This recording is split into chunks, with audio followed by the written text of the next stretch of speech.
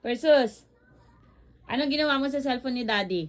Tignan mo yung cellphone. Ipakita mo nga, Ate Thea. Basag yan, oh. Basag yung likod ng cellphone ni daddy. Tulad niyan, oh. Tumingin ka dito. Kinakausap ka. Anong ginawa mo kasi kahapon? Ha? Takbo ka ng takbo? Ha? Durog na durog yung likod ng cellphone ng daddy mo. Anong ginawa? Versus, ito ka nga, palo yan. Ang likot kasi eh. Ano bang pinagtatakbo mo kahapon? Ha? Ayaw mo tumingin, oh. Nakikita kita dun sa salamin. Oh, ayun, oh. Yun.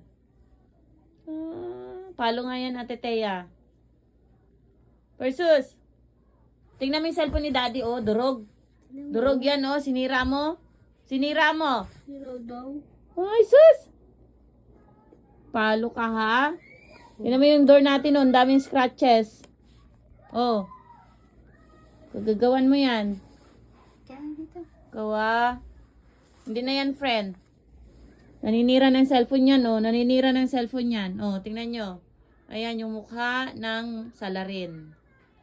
Mukha ng salarin, binasag ang cellphone. Kasi, takbo ng takbo, naghaharot. Dinasagi yung saksakan. Sumabit ang cellphone, lagapak sa sahig.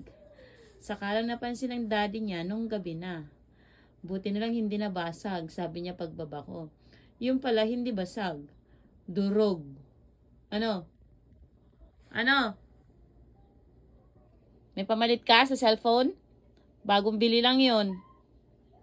Tsura ng may kasalanan, no? Oo, tingnan nyo. Oo, guys, tingnan nyo. Ganyan pag may kasalanan, no? Ay, sus!